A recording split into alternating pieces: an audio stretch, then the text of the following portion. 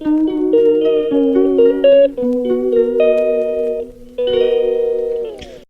Everyone, welcome back to my YouTube channel Joy's lifestyle. তো আমি এখন আছি রান্নাঘরে। আমি সবজি রান্না, ভাত, তারপরে হচ্ছে পাট শাক, লাল শাক, ডাল হয়ে গেছে। এখন একটা মিক্স সবজি রান্না করব, আর একটু পারলে একটা কোনো ভাজা বা চপ করে নেব, ভাজি চপ যাই হোক কী হোকটা হবে। আর আমি এখন একটা সবজি রান্না করতেছি, জানি না এই সব তরকারি আমি সজি কচু আর মানে কি গাটি কচু এগুলো কোনোদিনও জানি না, আর রান্না করি নেই আমি, মানে রান্না করছি কাটি নাই। তো আজকে মা নেই, মা তো আছে মন্দিরে, রাধাকৃষ্ণ মন্দিরে, গোপাল রাধাকৃষ্ণ সবাই ওখানে গিয়ে আসে, ওখানে ভোগ টোগ হবে আজকে। কালকে তো ইয়ে ছিল, জন্মাষ্টমী ছিল বিশ্বমতে ওদের। তো বাড়িতে আমি এখন এই যে রান্না করিতেইছি, এই যে এটা এটা এটা এই যে। তো এখন মিক্স একটা সবজি রান্না করবো, সেটা রান্না করি। আমার রেসিপিটা চাইলে শর্ট চ্যানেলে দিতে চাচ্ছি, আমি শর্ট চ্যানেলে দিতে পারি, তোমরা দেখে নিও। যাই হোক সবজিগুলো কাটি, তারপরে দেখাচ্ছি পরে লাস্টে।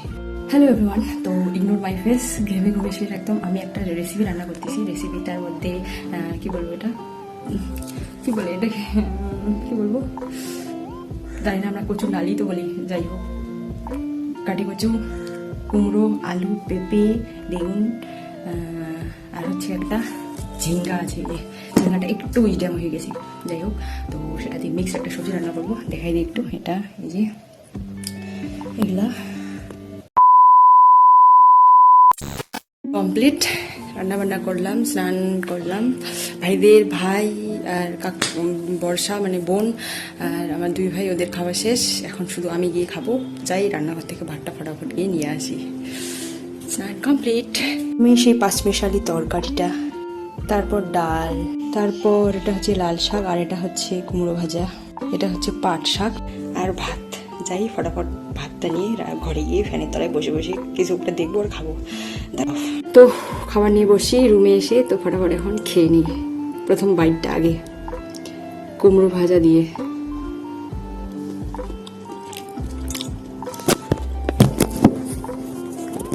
আর আমি এই ব্যাগটা কবে যে একটু পরিষ্কার করে ধুয়ে ঢুকায় রাখবো ভগবান, হচ্ছে না, টাইম হচ্ছে না।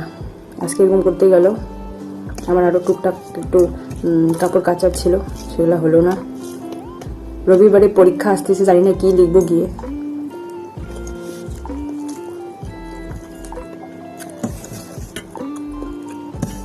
ভালো, খারাপ না।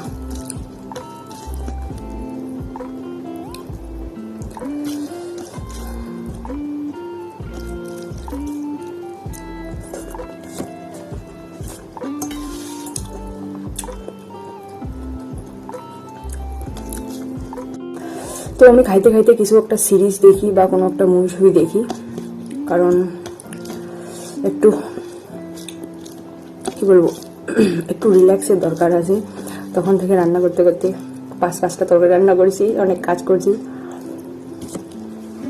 আর শরীর দিচ্ছে না,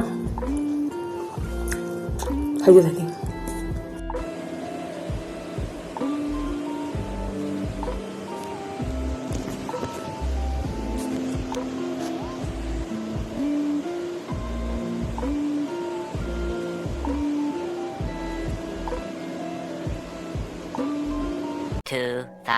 years later. স্কুল থেকে কিছুক্ষণ আগে বাড়ি আসছি। বাড়ি আসার পর স্নান টান করে নিলাম, কারণ মাথা প্রচণ্ড ব্যথা করতেছে, আর প্রচণ্ড গরম গেল না, কয়েকদিন থেকে স্কুল একটু বন্ধ গেল। তার মধ্যে পরীক্ষার জন্য 2 দিন স্কুলে যাইনি, রবিবার ছিল।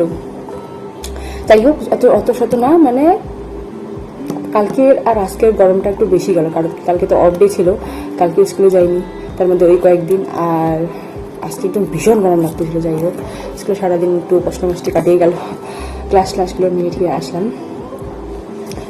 একটা কথা বলতে চাই, মানে কি বলবো তোমাদের সাথে, কথাটা হচ্ছে যে সমাজের মানুষ ভীষণ মানে বোঝা শক্ত মানুষ, মানে কি বলবো, মানে দেখতে শুনতে মনে হয় যে সরল সাদা, কিন্তু মানুষের ভিতরে এতটা নেগেটিভ জিনিস নিয়ে ভর্তি, মানে কি বলবো, মাঝে সাঝে মনে হয় কেন এত সব কষ্ট করতেছি, কেন মানে কি করতেছি, বেকার ধুর ব্যাং বাদ দিয়ে দিই, এগুলা না করি, কেন আসি এই কাজই হ্যান তেন, এরকম মনে হয়। তারপরে ব্যর্থ, তারপরে মনে হয় যে না, কেন কেন বাদ দিব। আমি আমি একটা কাজে ঢুকছি, কারো মানে অনেক ভালোবাসা নিয়ে কাজটা করছি, অনেক ভালোবেসে কাজটা করতেছি, তো কেন আমি ওদের কথায় এসে মানে কাজটা বাদ দিব বা অন্য কিছু, এরকম মনে হয় মাঝে সাঝে, এরকম মানে ওদের নেগেটিভ পয়েন্টগুলো দেখলে মানে শুনলেই ভাবলে এরকম মনে হয়। তো কথাটা এটাই যে যে মানুষ সত্যি ভীষণ ভীষণ মানে কী বলবো, কিছু কিছু মানুষ সত্যি ভীষণ খারাপ, সবাই না, কিছু কিছু মানুষের মানে চিন্তাধারা, নেগেটিভিটি দেখলে মনে হয় যে এগুলো মানুষ কেন আমাদের আশেপাশে ঘোরাফেরা করে। তারপরে স্যারদের বা ভালো ভালো যাদের কথা শুনে তাদের মনে হয় যে না, ভালো যেখানে থাকবে সেখানে তো নেগেটিভিটি থাকবেই, সেখানে তো খারাপ মানুষ থাকবেই। মানে খারাপ বলতে ওই অর্থে অতিরিক্ত খারাপ দিকে তো এখানে বলতেছিই না, মানে কিছু কিছু মানুষের কথাবার্তা নেগেটিভিটি দেখলেই মনে হয় যে এই মানুষটা ধুবেন গিয়ে একদম ঘুষি টুসি মেরে চলে আসি, এরকম মনে হয়। কিন্তু না, কথাটা সেখানে না, আমরা তো ওরকম করতে পারি না, মানুষ হিসেবে থাকতে হবে। তো মানে কি বলবো, মানে মানুষ কি ভেবে কাকে কি বলে কোনো ঠিক নেই। মানুষ ভাবেও না যে এমনিতেই তো আমাদের অবস্থা এরকম হয়ে আছে, মানে আমাদের বর্তমান যুব সমাজের অবস্থা, চাকরি বাকরি নাই, হ্যান ত্যান আছে, অনেক কিছু আছে, কারণ সবাই তো আর সেই দিকে যাবে না। কেউ ডাক্তার হতে চাইবে, কেউ টিচার হতে চাইবে, বা আদার্স এদিকে সেদিকে অনেক কিছু করতে চাইবে। তবুও তো ওগুলোতেও তো অনেক তো ধামাচাপা দিয়ে অনেক কিছু খারাপ কিছু হচ্ছে। পরীক্ষা দিচ্ছে আর না কোশ্চেন ফাঁস হয়ে গেছে, হ্যান হয়ে গেছে, ত্যান হয়েছে, অনেক খারাপ অবস্থা শিক্ষা ব্যবস্থাটা। তো আমরা সবাই জানি যে এসএসসি কবে থেকে নেই, তো আমরা ছোটোবেলা থেকে বড় হলাম যে মানে আমাদের মাথায় এটা ঢুকানো হয়ে গেছে যে আমরা ভালো করে পড়াশোনা করব, যে সাবজেক্টটা ভালো করে মন দিয়ে পড়াশোনা করব, যে সাবজেক্টটা নিয়ে গ্র্যাজুয়েশন কমপ্লিট করব, অনার্স নিয়ে পড়বো, সেই সাবজেক্টটা নিয়ে চাকরির চেষ্টা করব। তো এখন যে সাবজেক্ট নিয়ে আসি আমরা এখন ব্যর্থ হয়ে আসি, বেকার যুবক, ঢুকছি স্কুলে। তো এখন আমাদের দেখো, অযোগ্য না আমাদেরও সেই সুযোগটাই দেওয়া হয়নি, আমাদের সেই সুযোগটাই দেওয়া হচ্ছে না যে আমাদেরকে আমরা নিজেদেরকে যোগ্য হিসেবে প্রমাণ করব যে হ্যাঁ আমাদেরও যোগ্যতা রয়েছে। সেই পরীক্ষাটাই তো দিতে পারছি না, সেই সুযোগটাই তো দেওয়া হচ্ছে না আমাদেরকে, তাহলে আমাদের দেখাবো কীরকম করে। তো আমরা এখন যারা এই যে আসি মানে পার্ট টাইম হিসেবে, কন্ট্রাকচুয়াল হিসেবে, যাই বলো সেটাই, তো এখন আছি, আমাদেরকে মানুষ মানে কীভাবে বুঝি না, মানে কিছু কিছু মানুষ আছে, সবাই না, কিছু কিছু। তো যদি একজন আমার বয়সী হোক বা আমার থেকে বড় বয়সী হোক, যদি মানুষের ছেলে মেয়ের ভাবধারা এরকম হয়, তাদের ইন ফিউচার জেনেটিকলি যারা আসবে তাদের কি অবস্থা হবে না, তাদের ভাবধারাগুলোই যদি এরকম হয়, তাদের বাচ্চা কাচ্চা কী হবে? তাদের বাচ্চা কাচ্চা তো স্কুলের টিচারদের সম্মানই করবে না, সম্মান করবে না, কি করেই না তো। এখন সেই বিষয় নিয়ে আমি তো মুখ খুলে আমি খারাপ হয়ে যাবো এখন সমাজের কাছে। কিছু কিছু মানুষের ক্ষেত্রে হ্যাঁ ম্যাম এই কথা বলছে, ম্যাম ওই কথা বলছে, আমি তো মুখ খুলি, সহ্য হয় না এখন আমার। আর একটা ধাপ পার হয়ে আসি যে মানুষ বিনা কারণে মানুষকে, যারা ভালো যতই করে থাকো, মানুষ তাদেরকে বেশি খারাপ করতে চায়, মানুষ তাদেরকে বেশি খারাপ বলে, মানে যেই কেউ একজন ভালো আসে দেখলেই তাকে আঘাত করা শুরু করে দিয়ে দিবে। সেই অবস্থায় আমি সেই ট্রমা থেকে বের হয়ে আসছি, তো আমি এখন আর মানুষের খারাপ কথা। তো তাই এখন কি বলবো, মানুষ যদি কোনো কিছু বলে আমি তার রিপ্লাই দিবই, কারণ সবসময় রিপ্লাই না দিয়ে থাকা যায় না। মানুষকে সস্তা ভেবে নিছে, কি বলবো। আর মোর সামনে খাবার নিয়ে আসি, কিন্তু আমার এই কথাগুলো না বলে আমার পেটে ভাত ঢুকবে না। তাই আর স্কুলে আজকে ভাত খাইনি, কারণ সয়াবিন তরকারি তো আমার কেন জানি সয়াবিনের প্রতি বিতৃষ্ণা হয়ে গেছে, আমার দেখতে ইচ্ছা করে না। অন্য কিছু হলেই নিশ্চয়ই খেয়ে নিতাম, তো খাইনি আজকে। অন্য কিছু খাইছি, কি খাইলাম, আমলকুল আর মনে হয় কচুরি খাইছি। যাই হোক দুপুর টাইমে তো, যাই হোক আর পেটে খিদা আছে, শরীরটা ভালো লাগতেছে না, দুর্বল লাগতেছে, খাওয়া হয়নি। যাই হোক এইসব মানুষের কথা থেকে এড়িয়ে চলাই আমাদের ভালো, এড়িয়ে চলাই আমাদের শ্রেয়। তবে হ্যাঁ কিছু কথা বললে আমি ছাড়বো না, আমি বলবো, অবশ্যই বলবো, আমি রিপ্লাই দেবই আমি। কারণ মানুষ ওই না বুঝে না জেনে না শুনে যা মুখে আসবে তাই বলবে, আর আমরা মেনে নেবো বা আমি মেনে নেব, সম্ভব না। আমিও বলবো বাক স্বাধীনতা সবার আছে, কিন্তু সেই একটা মানে দেখতে হবে না কে কোন সিচুয়েশনে আসে কিনা, সেটা তো দেখে না। ঠিক আছে, মানুষকে কোনো কিছু বলার আগে ভাবতে হবে যে আমি যাকে বলতেছি কথাটা কি আদৌ কি বলাটা ঠিক হবে, এইভাবে বলাটা কি ঠিক হবে, মানুষ তো ভাবে না। তো আমিও ছাড়বো না, মেন কথা হচ্ছে আমিও তার ঠিক মতোই উত্তর দেবো যে হ্যাঁ এরকম এরকম এরকম, খারাপ অশ্রাব্য ভাষায় কোনো গালিগালাজ করবো না, হ্যান করবো না, ত্যান করবো না, কিন্তু হ্যাঁ আমি বলবো, ব্যাস এটাই আমার বলার ছিল। এখন খাবারটা খেয়ে নিই, খিদা পাইছি।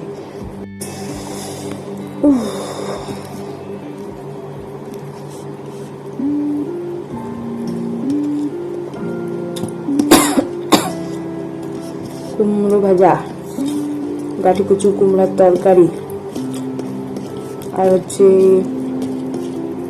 কচুর লতি,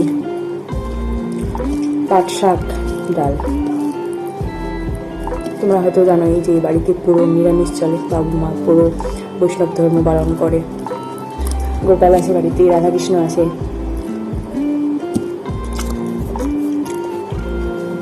আমার 2 ভাই আর আমি সবই খাই, মাছ মাংস ডিম খাই। বাদ বাকি বাবু মা ফুল নিরামিষ। সেই রান্নাঘরে কোনো আমিষ জাতীয় খাবার ওঠে না, চলে না, ঢোকায় না। আমরা বাইরেই অন্য কোথাও রান্না করে খাই।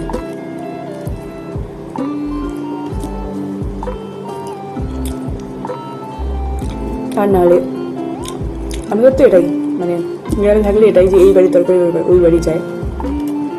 মানে আমার বড় কাকিমা আমাদের তরকারি দিয়ে দেয়, মাছ মাংস আনলে, বা ভাই যদি কোনো কিছু নিয়ে আসে, বাবু আনতে পারে, তখন ওই বাড়িতে গিয়ে কাকিমা রান্না করে। মাঝে সাঝে আমিও ট্রাই করি, রান্না করে খাওয়াই, মাঝে সাঝে হঠাৎ হঠাৎ আর কি। আর কাকিমা বেশিরভাগ তরকারি এনে দেয়।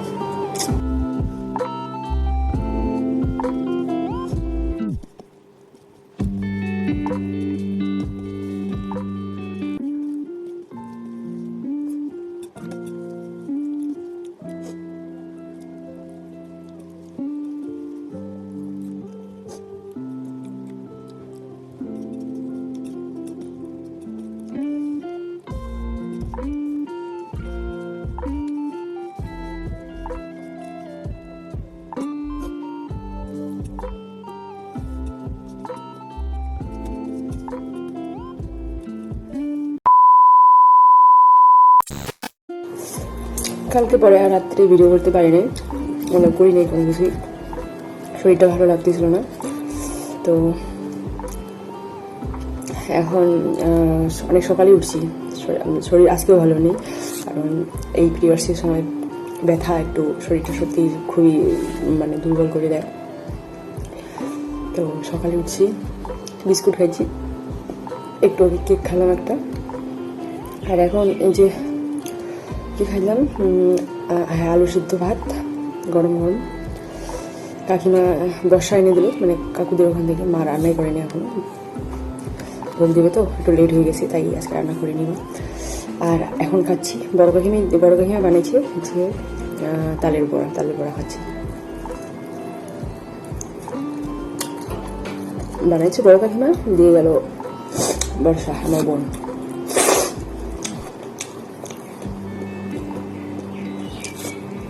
তোমরা হয়তো অনেকেই তালের বড়া এখন খাচ্ছ, কে খাচ্ছ কমেন্টে লিখে জানাও। তালের বড়া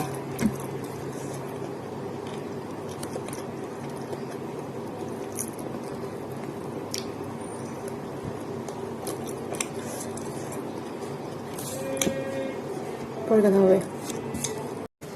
আর দুটো কথা বলতে চাই, তো কথাটা এখনই বলবো।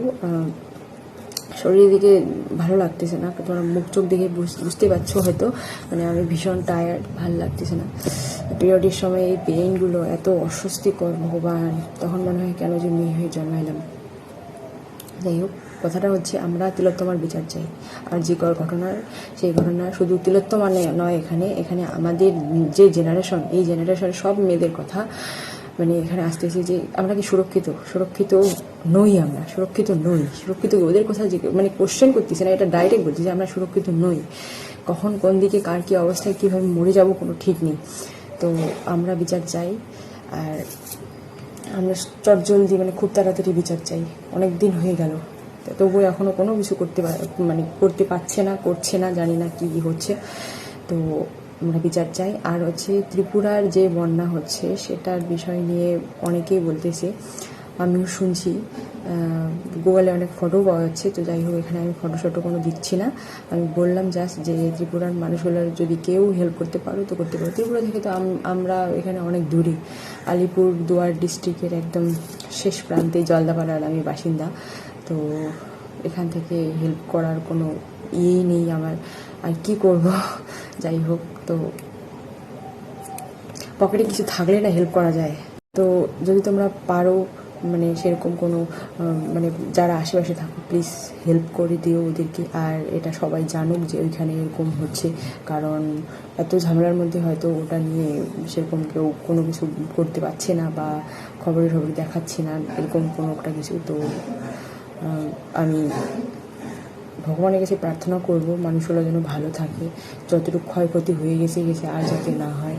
কারণ প্রাকৃতিক দুর্যোগের হাত থেকে মানুষ তো কী বলবো, আর তোমরা সবাই জানো প্রাকৃতিক দুর্যোগই হয়। তো সবাই ভালো থাকুক এটাই চাই আমি। আর ব্লগটা এইটুকুই, বাই।